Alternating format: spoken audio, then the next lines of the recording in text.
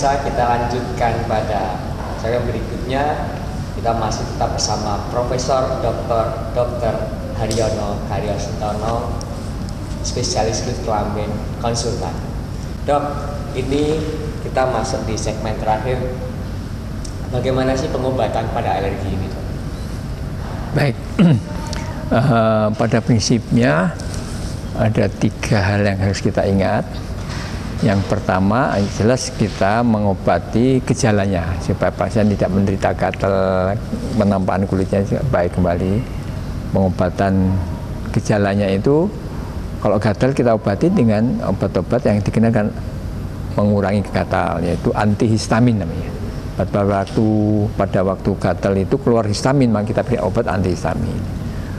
Yang kedua, kemudian kita berikan krim-krim topikal untuk menekan dermatitisnya tadi, peradangan kulit, yaitu menekan anti-inflamasi namanya ya. Itu obat-obatannya ya. Kalau ada terlanjur mungkin ketambahan ada jamurnya, yang kita tambah anti jamur. Misalnya ke garuk ada infeksinya, kita tambahi anti infeksi. Tapi prinsipnya adalah anti gatal dan anti inflamasi. Itu medikamentosa. Yang kedua, kita mencoba menasihati supaya menghindari penyebabnya. Jadi mengeliminir faktor pemicunya ya. Caranya bagaimana? Ya harus pasiennya harus mengetahui, kita periksa sampai kita tadi itu misalnya pada atopik kita lihat IgE-nya tinggi, IgE spesifiknya periksa, dengan skin prick test bisa ya. Walaupun itu pemeriksaannya cukup memerlukan biaya. Tapi ada yang murah sebetulnya, yaitu teori Niteni. Saya beli ilmu titen. Saya beritahu pasien, ibu kambuhnya karena apa? Itu Niteni. Nah, kalau tahu baru itu dihindari supaya tidak kambuh. Ya. Jadi misalnya saya obati, saya bisa ngobati, insya Allah cepat sembuh. Setelah sembuh, tidak minum obat, coba makan ayam. Gatal, oh itu ayam Niteni. Makan telur, tidak gatal, telur bisa, tidak apa-apa. Jadi orang tiap individu lain-lain alerginya apa. Jadi ilmu titen itu perlu untuk mencegah itu ya, supaya tidak kambuh. Itu ilmu turun-temurun, bro. Iya. Itu sangat titen banget. Iya, makanya ya. Saya juga orang kaya. Ya.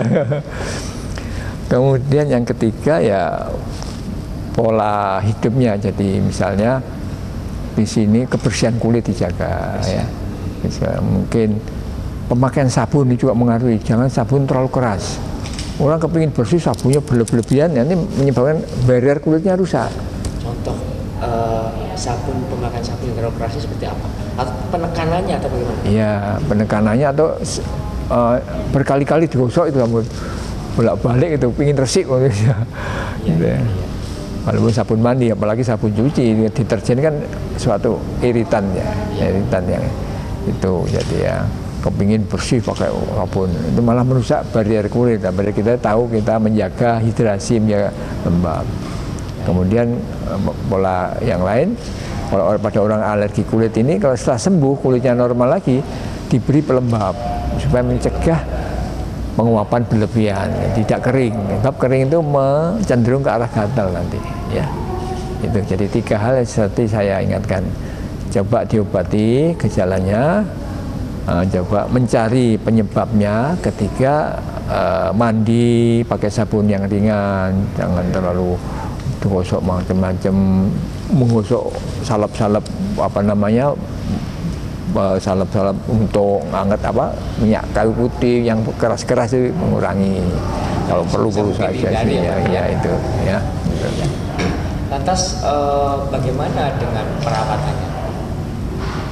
Perawatannya kalau kulit itu bekas alergi tadi itu supaya tidak kambuh tadi itu ya harus mencegah alerginya diketahui, kemudian juga jaga kebersihan, jaga kelembaban ya. Yang penting itu.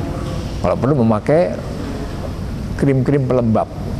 Yang paling mencegah supaya tidak kering itu yang paling dasar itu vaselin. Kalau tungkainya sering dermatostasis tadi boleh dikasih vaselin rutin. Perawatannya itu. Baik, seperti diterangkan tadi bahwa penyakit kulit akibat alergi itu bermacam-macam, tergantung penyebabnya. Untuk orang-orang tertentu yang mempunyai penyakit kulit ini, maka yang harus diperhatikan kalau terjadi kekambuhan, karena sifatnya alergi ini tidak tahan terhadap sesuatu yang kambuhan. Setiap sesuatu itu kontak dengan dirinya akan mesti kambuh. Karena itu bagaimana supaya tidak kambuh, maka harus diketahui penyebabnya dan menghindari penyebab itu. Misalkan alerginya karena obat, ya harus tahu obat apa, dan itu dihindari. Begitu dia mengkonsumsi lagi akan timbul lagi. Jadi harus berhati-hati terhadap bahan-bahan yang yang penyebab alergi tadi. Begitu juga misalnya pada orang dengan kontak suatu bahan yang alergen, kita harus tahu juga. Misalnya kita katakanlah untuk mencegah itu, seorang tua yang kepingin pakai semir rambut, maka setelah alergi terhadap semir rambut, maka selanjutnya jangan dipakai lagi. Tidak apa-apa rambut putih ya. Atau kadang-kadang sering juga orang kontak dengan logam, misalnya gelang arloji logam, orang tidak tahan logam ada. Logam atau dicuping 5 anting-anting itu dianjurkan untuk tidak pakai anting-anting. Mungkin anting-anting ganti-ganti emas itu biasanya tidak alergen gitu. Jadi penyakit yang penting mengetahui penyebabnya lah, supaya tidak kambuh, karena sifatnya kambuhan. Ya mungkin dalam perjalanan hidupnya setelah dia usianya berlanjut, ada perubahan hormonal, perubahan mekanisme tubuhnya, alerginya itu bisa menurun ya, karena alergi itu kan reaksi berlebihan dari sel-sel sistem pertahanan tubuh. Kalau makin tua, sel-sel ini bekerjanya menurun. Nah, kalau tidak, walaupun ada antigen tapi tidak merespon berlebihan, maka tidak terjadi alergi. Jadi yang paling penting adalah mengetahui penyebabnya itu. Mengetahui penyebabnya. Ya. Dan harapan profesor seperti apa kita?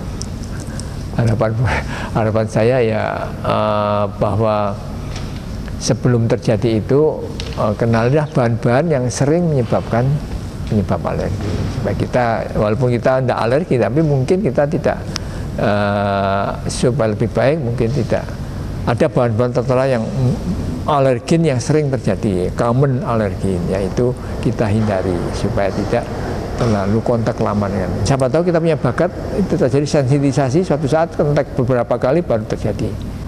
Baik pemirsa, tidak terasa perjumpaan kita berakhir. Topiknya sangat menarik banget tadi dengan guru besar Fakultas Kedokteran UNS Ilmu Kesehatan Kulit dan Kelamin bersama Profesor Dr. Haryono Karyosuntono, spesialis kulit kelamin dan konsultan.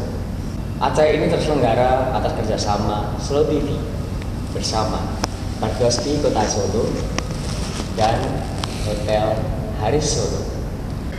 Baik pemirsa, nantikan ngobrol siap berikutnya dan ikuti terus acara kita di Solo TV.